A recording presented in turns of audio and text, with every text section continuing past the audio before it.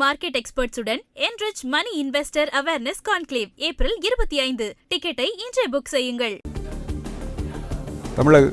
தமிழகத்தில் வாக்குப்பதிவு விறுவிறுப்பாக நடந்து கொண்டிருக்கிறது. இதுவரையிலும் தேர்தல் ஆணையம் அதிகாரப்பூர்வமாக காலை 9 மணி வரையிலும் எத்தனை வாக்குகள் எந்தெந்த மாவட்டங்களில் எந்தெந்த தொகுதிகளில் எவ்வளவு பதிவாகி இருக்கிறது அப்படிங்கிற தகவலை தெரிவித்திருக்கிறது. அதுதான் நம்ம காட்சிகளில் பார்த்துக்கிட்டு இருக்கிறோம். சென்னை மாவட்டத்தை பொறுத்தவரையிலும் அதில் இருக்கக்கூடிய அண்ணா நகர் தொகுதியில் 17.06% வாக்குகள் பதிவாகி இருக்கிறது. சேப்பாக்கம் தொகுதியில் 15.70% வாக்குகள் பதிவாகி இருக்கிறது. ஆர்கே நகர் தொகுதியில் 16.32% வாக்குகள் பதிவாகி இருக்கிறது. எழும்பூர் தொகுதியில் 15.64% வாக்குகள் பதிவாகி இருக்கிறது. துறைமுகம் தொகுதியில் 15.03% வாக்குகள் பதிவாகிறது. இது எல்லாமே காலை 9 மணி நிலவரப்படி தேர்தல் ஆணையத்தை பொறுத்தவரையிலும் பல்வேறு தொகுதிகளில் பதிவாகக்கூடிய வாக்குகளை மொத்தமாக அந்த ஒவ்வொரு வாக்குச்சாவடி வாரியாக பெற்று அதனை மொத்தமாக கணக்கிட்டு அதன் பிறகு தெரிவிப்பார்கள். அதனால தானே இப்போ நமக்கு மணி கடந்திருந்தாலும் கூட 10 மணி கடந்திருந்தாலும் கூட 9 மணி நிலவரம் தான் வந்திருக்கிறது. இதே போல் பல்வேறு தொகுதிகளில் உள்ளதையும் சொல்லியிருக்கிறாங்க. இது மாதிரி குளத்தூர் தொகுதியில் இருந்து 17.51% வாக்குகள் பதிவாகி இருப்பதாக தகவல் வந்திருக்கிறது. மயிலாப்பூர் தொகுதியில் 14.51% வாக்குகள் பதிவாகி இருப்பதாக தேர்தல் ஆணையம் அறிவித்திருக்கிறது. பெரம்பூர் தொகுதியில் 16.96% வாக்குகள் பதிவாகி இருக்கின்றன. ராயபுரம் தொகுதியில் 14.39% வாக்குகள் பதிவாகி இருக்கின்றன. சைதாப்பேட்டை தொகுதியில் 16.05% வாக்குகள் பதிவாகி இருக்கின்றன. தொடர்ந்து ஒவ்வொரு தொகுதிகளிலும் பதிவான வாக்குகளை தேர்தல் ஆணையம் தெரிவித்திருக்கிறது. சென்னை மாவட்டத்தில் பதிவான வாக்குகள் ஒவ்வொரு தொகுதியிலையும் எந்த அளவிற்கு வாக்குகள் பதிவாகி இருக்கின்றன அப்படிங்கிறத நம்ம பார்த்தோம். சென்னை மாவட்டத்தை பொறுத்தவரையிலும் ஓவராலாக சென்னை மாவட்டத்தில் 16.56% வாக்குகள் பதிவாகியிருந்தன. சென்னை மாவட்டத்தோட சராசரி வாக்குப்பதிவு அப்படின்னு பார்த்தோம்னா 16.51% வாக்காக இருக்கிறது. அதில் ஒவ்வொரு தொகுதி வாரியாக அப்படின்னு பார்த்தோம்னா முதலமைச்சர் போட்டியிடக்கூடிய அந்த குளத்தூர் தொகுதியில் 17.51% வாக்குகள் பதிவாகி இருக்கிறது. இது குறித்த தகவல்களை பகிர்ந்து கொள்வதற்காக நம்ம செய்தியாளர் ராஜகுமாரன் இருக்கிறார். ராஜகுமாரன், உங்களுடைய தகவல்களை நீங்கள் பகிர்ந்து கொள்ளலாம்.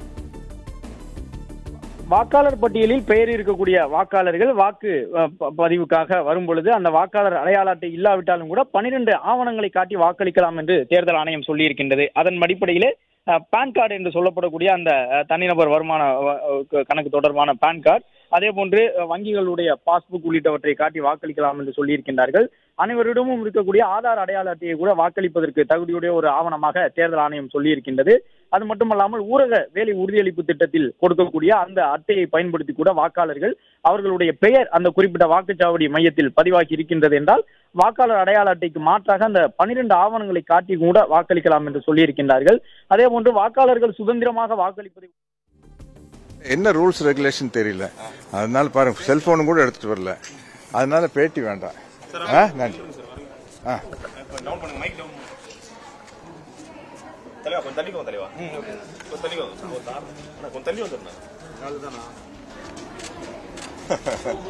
Okay sir, thank you sir. வாக்களித்தோம் என்பதை பொதுப்படையாக பொதுவெளியிலே அறிவிக்கும் பொழுது அது ஒரு தண்டனைக்குரிய செயலாக பார்க்கப்படும். 3 மாதம் அளவிற்கு சிறை தண்டனை கொடுப்பதற்கு கூட விதிகளில் வழிகள் இருக்கின்றன. எனவே வாக்காளர்கள், குறிப்பாக இளம் வாக்காளர்கள் வாக்களிக்க செல்லும் பொழுது செல்போன்களை வாக்குச்சாவடி மையத்திற்கு முன்பாகவே ஒப்படைத்து விட்டுதான் உள்ளே செல்ல வேண்டும் என்று அறிவுறுத்தப்பட்டிருக்கின்றது. எனவே இந்த சட்டப்பேரவை தேர்தலை பொறுத்தவரை பல்வேறு நிபந்தனைகள், அறிவுறுத்தல்கள் வழங்கப்பட்டிருக்கின்றன. தமிழ்நாடு முழுவதும் இருக்கக்கூடிய வாக்காளர்களில் 5,73,00,000 வாக்காளர்கள் வாக்களிக்க தகுதி பெற்றிருக்கின்றார்கள். அவர்களில் கிட்டத்தட்ட 1/5 பங்கு வாக்காளர்கள் தங்களுடைய ஜனநாயக கடமையை ஏற்கனவே நிறைவேற்றி முடித்து விட்டார்கள். முதல் 2 மணி நேரத்திற்குள்ளாகவே பல தொகுதிகளிலே 20 விழுக்காடு அளவிற்கு வாக்குகளை பார்க்க முடிகின்றது. பல மாவட்டங்களிலே 20 விழுக்காட்டை நெருங்கக்கூடிய அளவிலான வாக்குப்பதிவை பார்க்க முடிகின்றது. எனவே 1/5 வாக்காளர் ஏற்கனவே 2 மணி நேரத்திற்குள்ளேயே தங்களுடைய ஜனநாயக கடமையை நிறைவேற்றி முடித்து விட்டார்கள். எனவே இன்னும் பிற்பகல் வேளையிலும் வாக்குப்பதிவு கணிசமாக இருக்கும். அது மட்டுமல்லாமல் மாலை வேளையில் வாக்குப்பதிவினுடைய விழுக்காடு அதிகரிக்கக்கூடும். எனவே வாக்காளர்கள் அனைவரும் தவறாமல் சென்று வாக்களிக்க வேண்டும் என்றும் 6 மணிக்கு உள்ளாக வாக்குச்சாவடி மையத்திற்குள் செல்லக்கூடிய அனைத்து வாக்காளர்களுக்கும் வாக்களிப்பதற்கான வாய்ப்பை தேர்தல் ஆணையம் வழங்கிவிடும் என்றும் நம்பிக்கை தெரிவித்திருக்கிறார்கள் தேர்தல் ஆணையத்தின் சார்பிலே. அதே நேரம் இந்த வாக்குப்பதிவு எந்திரங்கள் ஏதேனும் தொழில்நுட்ப கோளாறை சந்திக்கக்கூடும் என்ற அடிப்படையிலே 20% அளவிற்கு வாக்குப்பதிவு எந்திரங்கள் ஆங்காங்கு கூடுதலாக வைத்திருக்கின்றார்கள். அந்த மாவட்ட ஆட்சியர் கட்டுப்பாட்டிலே 20% அளவிற்கு மின்னணு வாக்குப்பதிவு எந்திரங்கள், விவிபேட் எந்திரங்கள் உள்ளிட்டவை எல்லாம் வைக்கப்பட்டிருக்கின்றன. வாக்காளர்கள் வாக்களித்து முடித்த பிறகு அவர்களுக்கு கிட்டத்தட்ட ஒரு 7 வினாடி அளவிற்கு எந்த வேட்பாளருக்கு எந்த சின்னத்திற்கு வாக்களித்தார்கள் என்பதை காட்சிப்படுத்தக்கூடிய விதமாக விவிபேட் எந்திரத்திலே அவர்கள் யாருக்கு வாக்களித்தார்கள் என்பது ஒளிரக்கூடிய வகையில் ஏற்பாடு செய்யப்பட்டிருக்கின்றது. இது மட்டுமல்லாமல் வேட்பாளர்களுடைய புகைப்படத்துடன் கூடிய வாக்காளர் பட்டியலாகவே அது ஒட்டப்பட்டிருக்கின்றது. அதாவது வாக்குப்பதிவு எந்திரத்திலே வேட்பாளர் முகத்தோடு வேட்பாளரின் சின்னமும் இடம்பெற்றிருக்கின்றது. எனவே ஒரே பெயரிலான வேட்பாளர்களுக்கிடையே குழப்பம் வந்து வாக்காளர்கள் வாக்குகளை மாற்றி வாக்களித்து விடக்கூடாது, சின்னம் தொடர்பான குழப்பத்திலே வாக்காளர்கள் மாற்றி வாக்களித்து விடக்கூடாது என்பதற்காக தேர்தல் ஆணையம் பல்வேறு முயற்சிகளை மேற்கொண்டிருக்கின்றது. இவ்வாறு இந்த சட்டப்பேரவை தேர்தலை தமிழகத்தினுடைய தலைமை தேர்தல் அதிகாரியாக ஒடிசா மாநிலத்தை சார்ந்த அர்ச்சனா பட்நாயக் அவர்கள் இருந்து தற்போது நடத்தி கொண்டிருக்கின்றார். 4 கட்டுப்பாட்டு அறைகள் மூலமாக சென்னையிலிருந்து ஒட்டுமொத்தமாக தமிழகத்தினுடைய வாக்குச்சாவடி மையங்களும் கண்காணிப்பு வளையத்திற்குள்ளே கொண்டு வரப்பட்டிருக்கின்றன. 75,000க்கும் கூடுதலான வாக்குச்சாவடி மையங்கள் இருந்தாலும் கூட அனைத்தினுடைய கண்காணிப்பு கேமரா காட்சியும் இருக்கின்றது. வரக்கூடிய நாட்களிலே ஏதேனும் காரணங்களுக்காக அந்த கண்காணிப்பு கேமரா காட்சிகள் தேவைப்பட்டால் அதை எடுத்து வழங்குவதற்குரிய பாதுகாப்பு நடைமுறைகளும் பின்பற்றப்பட்டிருக்கின்றன. அதுக்கு ஏற்ற முறையிலே அனைத்து கண்காணிப்பு காட்சிகளும் பதிவு செய்யப்பட்டுக் கொண்டிருக்கின்றது. இது மட்டுமல்லாமல் நுண் பார்வையாளர்களாக இருக்கக்கூடிய தேர்தல் பாதுகாப்பு படைப்பிரிவினரும் தொடர்ந்து ரோந்து பணி மேற்கொண்டு பாதுகாப்பு பணியில் ஈடுபட்டிருக்கின்றார்கள். தமிழகத்தில் எந்த ஒரு பகுதியிலும் பெரிய அளவில் எந்த விதமான சட்டம் ஒழுங்கு சார்ந்த சம்பவங்களும் நடைபெற்று விடவில்லை என்பதை பார்க்கின்றோம். மேற்குவங்க மாநிலத்திலும் கூட பெரும்பாலும் தேர்தல் முதல் கட்ட தேர்தலாக அங்கு நடைபெறக்கூடிய சூழலில் அமைதியாக நடைபெற்றுக் கொண்டிருக்கின்றது. இந்த தேர்தலில் வாக்காளர்கள் பெருமளவில் வருகை தந்து வாக்களித்துக் கொண்டிருக்கின்றார்கள். முக்கிய வாக்காளர்களாக முக்கிய வேட்பாளர்கள் போட்டியிடக்கூடிய தொகுதிகளில் எல்லாம் கணிசமான அளவு வாக்குப்பதிவு இருக்கின்றது என்பதை பார்க்கின்றோம். திண்டுக்கல் மாவட்டம், காஞ்சிபுரம் மாவட்டம், ஈரோடு மாவட்டத்தில் எல்லாம் கிட்டத்தட்ட 18 கடந்து 20 நெருங்கி இருக்கின்றது வாக்குப்பதிவினுடைய விழுக்காடு. கள்ளக்குறிச்சி மாவட்டத்தில் சற்று குறைவாக 17% என்ற அளவில் வாக்குகள் பதிவாகி இருக்கின்றன. ஒரு சில மாவட்டங்களில் மலைப்பகுதிகள் அதிகம் இருக்கக்கூடிய தொகுதிகளில் எல்லாம் 15% கீழே வாக்குகள் பதிவாகி இருக்கின்றன என்றாலும் கூட மாலை 6 மணி வரை வாக்களிக்கலாம் என்று சொல்லப்பட்டிருக்கின்றது. எனவே வாக்காளர்கள் தங்களுடைய ஜனநாயக கடமையை நிறைவேற்றுவதற்கு முழு அளவிலான வாய்ப்பை தேர்தல் ஆணையம் வழங்கி இருக்கின்றது. இன்னும் சொல்ல போனால் இந்த டெண்டர் வாக்கு என்ற ஒரு நடைமுறை எல்லாம் உண்டு. அதாவது ஒரு வாக்காளர் வாக்களிக்க செல்லும் பொழுது ஏற்கனவே அவருடைய வாக்கை வேறு யாரேனும் செலுத்தி விட்டார்கள், கள்ள வாக்காக அது பதிவு செய்யப்பட்டு விட்டது என்றால் கூட அந்த வாக்காளர் தான் வாக்களிக்கவில்லை என்பதை நிரூபித்து தன்னிடம் இருக்கக்கூடிய அந்த வாக்காளர் அடையாள அட்டை உள்ளிட்டவற்றை எல்லாம் காட்டி டெண்டர் வாக்கு முறையில் தன்னுடைய வாக்கை பதிவு செய்யலாம். அது தனியாக அந்த வாக்குச்சாவடி மையத்தினுடைய தேர்தல் நடத்தும் அலுவலர் அந்த வாக்கை பெற்றுக் கொள்வார். அது தனியாக பாதுகாப்பாக வைத்துக் கொள்ளப்படும். டெண்டர் வாக்கு என்பது என்னுடைய வாக்கை எனக்கு தெரியாமல் யாரோ செலுத்தி விட்டார்கள் என்றால் என்னுடைய வாக்கை நான் தனிப்பட்ட முறையில் ஒரு தபால் வாக்கு போன்று பதிவு செய்து அந்த தேர்தல் நடத்தும் அலுவலரிடம் அதே வாக்குச்சாவடியில் கொடுத்து விட வேண்டும். அந்த டெண்டர் வாக்கை பத்திரமாக வைத்துக் கொள்வார்கள். வெற்றி பெறக்கூடிய வெற்றியாளர் அல்லது அந்த முதல் 2 இடங்களுக்குள் வரக்கூடியவர்களுக்கு வாக்கு எண்ணிக்கை ஒரே மாதிரி இருந்தால், ஒரே விதமான வாக்கு பெற்றிருக்கின்றார், முதலிடம் வருவார் என்று எதிர்பார்க்கப்பட்டவரும் 2ஆம் இடம் பெறக்கூடியவரும் ஒரே விதமான வாக்கை பெற்றிருக்கிறார்கள், ஒரு வாக்கு கூட கூடுதலாக அவர் பெறவில்லை என்னும் பொழுது மட்டும் அந்த டெண்டர் வாக்கை பிரித்து அவர்களுடைய வாக்கை எண்ணுவார்கள். மற்றபடி ஒரு வேட்பாளர் கூடுதலாக ஒன்றுக்கும் கூடுதலான வாக்குகள் வித்தியாசத்தில் வெற்றி பெற்றிருந்தால் கூட டெண்டர் வாக்குகளை எண்ண மாட்டார்கள். அது போன்ற நடைமுறை உண்டு. உள்ளாட்சி தேர்தல்களில் அது பயன்படுத்தப்பட்டிருக்கின்றது என்றாலும் சட்டப்பேரவை தேர்தலில் அதற்கான வாய்ப்புகள் குறைவுதான் என்பதை பார்க்கின்றோம். மற்றொரு பக்கம் மத்திய அமைச்சர் எல் முருகன் அவினாசி சட்டப்பேரவை தொகுதியில் போட்டியிடுகின்றார். அவரை எதிர்த்து திமுக சார்பில் ஒரு இளம் வேட்பாளர் மருத்துவர் நிறுத்தப்பட்டிருக்கின்றார். எனவே அவினாசி தொகுதியில் போட்டியிடக்கூடிய மத்திய அமைச்சர் எல் முருகன் கடந்த சட்டப்பேரவை தேர்தலில் போட்டியிட்டாரும் கூட நாடாளுமன்ற தேர்தலிலும் போட்டியிட்டிருந்தாலும் வெற்றியை தவறவிட்டிருந்தார். இந்த முறை வெற்றி பெற வேண்டும் என்று முனைப்பு காட்டி வரக்கூடிய நிலையில்தான் அவினாசி சட்டப்பேரவை தொகுதியிலே தன்னுடைய வேட்பாளராக அவினாசி தொகுதியிலே போட்டியிடக்கூடிய நிலையில் தனக்கு இருக்கக்கூடிய அந்த வாக்குச்சாவடி மையத்திலே தற்பொழுது மத்திய அமைச்சர் எல் முருகன் தன்னுடைய வாக்கை பதிவு செய்திருக்கின்றார். அடையாறு பகுதியில் இருக்கக்கூடிய வாக்குச்சாவடி மையத்திலே அம்மா மக்கள் முன்னேற்ற கழகத்தினுடைய பொதுச் செயலாளர் டிடிவி தினகரன் தன்னுடைய வாக்கை பதிவு செய்திருந்தார் காலையே என்பதை பார்த்தோம்.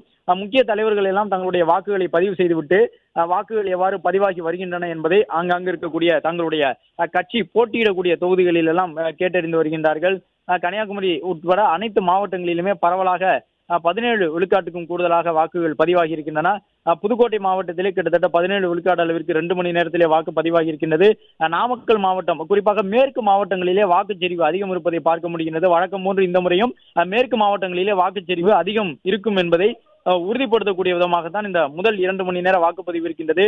சேலமாக இருந்தாலும் சரி, ஈரோடு, திருப்பூர், கோயம்புத்தூர், நாமக்கல் உள்ளிட்ட மாவட்டங்களில் எல்லாம் வாக்குப்பதிவு சதவீதம் சற்று மற்ற பகுதிகளை காட்டிலும் அதிகமாக இருக்கின்றது. எனவே மேற்கு மாவட்ட மக்கள் வழக்கம் போன்று இந்த முறையும் ஆர்வத்தோடு வாக்களித்துக் கொண்டிருக்கின்றார்கள் என்பதை பார்க்கின்றோம். மற்றொரு பக்கம் ஆலந்தூர், துறைமுகம், சைதாப்பேட்டை, ஆவடி என்று சென்னையில் இருக்கக்கூடிய சட்டப்பேரவை தொகுதியில் எல்லாம் சராசரியாக 18 விழுக்காடு அளவிற்கு வாக்குகள் பதிவாகி கொண்டிருக்கின்றன 2 மணி நேரத்திலேயே என்பதை பார்க்கும் பொழுது ஊரக பகுதியை போன்று இளம் வாக்காளர்கள் அதிகம் விருப்பத்தோடு வாக்களித்துக் கொண்டிருக்கின்றார்கள் சென்னையிலும் என்பதை பார்க்கின்றோம். அதே நின்று மணக்கோலத்தோடு நாமக்கல் மாவட்டம் கொசவம்பட்டி பகுதியில் இருக்கக்கூடிய ஒரு வாக்குச்சாவடியிலே 2 பேர் மணக்கோலத்தோடு வந்திருக்கக்கூடிய தம்பதி தற்போது தங்களுடைய வாக்கை செலுத்தி இருக்கின்றார்கள் என்பதை பார்க்கின்றோம். தேர்தல் ஜனநாயகத்திலே வாக்களிப்பது என்பது எவ்வளவு முக்கியத்துவம் வாய்ந்தது என்பதை வெளிப்படுத்தக்கூடிய விதமாக மணக்கோலம் பூண்ட அந்த தம்பதி வருகை தந்து தற்போது தங்களுடைய வாக்கை செலுத்தி இருக்கின்றார்கள். இது மட்டுமல்லாமல் வயோதிகர்கள், முதியவர்கள் கூட தங்களுடைய வாக்குகளை எல்லாம் செலுத்தி இருக்கின்றார்கள். மாற்றுத்திறனுடையவர்கள் கூட வாக்குகளை செலுத்த வேண்டும் என்பதற்காக அவர்களுக்குரிய ஏற்பாடுகளும் செய்து கொடுக்கப்பட்டிருக்கின்றன. காட்பாடி சட்டப்பேரவை தொகுதியில் கூட 18% கூடுதலாக வாக்குகள் பதிவாகி இருக்கின்றது. ராணிப்பேட்டையிலும் வாக்குகள் பதிவாகி இருக்கின்றன. எனவே பரவலாக இந்த வேலூர், திருப்பத்தூர், ராணிப்பேட்டை உள்ளிட்ட மாவட்டங்களிலும் கணிசமான வாக்குகள் பதிவாகி இருக்கின்றன. திருவள்ளூர் மாவட்டத்தினுடைய தொகுதிகளாக இருக்கக்கூடிய சென்னையினுடைய புறநகர் தொகுதிகளிலும் சராசரியாக 18 விழுக்காட்டுக்கும் கூடுதலான வாக்குகள் பதிவாகி வருகின்றன. எனவே தொடர்ந்து ஒவ்வொரு பகுதியிலும் கூட ஆர்வத்தோடு வாக்காளர்கள் வாக்களித்துக் கொண்டிருக்கின்றார்கள். 2026 சட்டப்பேரவை தேர்தல் முடிவுகள் எவ்வாறு இருக்க போகின்றன, தேசிய அரசியலிலே தமிழகத்திற்கான பங்களிப்பு எவ்வாறு இருக்க போகின்றது, சட்டப்பேரவை தேர்தலிலே தனிப்பெரும்பான்மையோடு அறுதி பெரும்பான்மையோடு எந்த கட்சியேனும் ஆட்சி அமைக்குமா, அல்லது அரிதாக தமிழகத்தில் நிகழக்கூடிய அந்த ஒரு விஷயம், அதாவது அறுதி பெரும்பான்மையை யாரும் பெறாமல் தனிப்பெரும்பான்மையோடு இருக்கக்கூடிய கட்சியினர் மட்டுமே ஆட்சி அமைக்கக்கூடிய அந்த கூட்டணி கட்சிகள் உதவியுடன் ஆட்சி அமைக்கக்கூடிய ஒரு சூழல் உருவாகுமா என்பது உட்பட பல்வேறு கேள்விகள் இருக்கின்றன. ஒவ்வொரு வாக்குச்சாவடி மையத்திலும் கூட அந்த வாக்காளர்கள் வரக்கூடிய பகுதியிலே அதிமுக, திமுக மட்டுமல்லாமல் தாவேகாவினரும் கூட தொடர்ந்து ஈடுபட்டு அங்கே வரக்கூடிய வாக்காளர்களுக்கு உரிய அந்த வழிகாட்டுதல்களை வழங்கக்கூடிய விதமாக பூத் ஸ்லிப் உள்ளிட்டவற்றில் அவர்களுடைய பெயர் இருக்கின்றனவா என்பதை உறுதி செய்வதற்கான முயற்சியில் ஈடுபடுகின்றார்கள் என்பதையும் பார்க்க முடிகின்றது.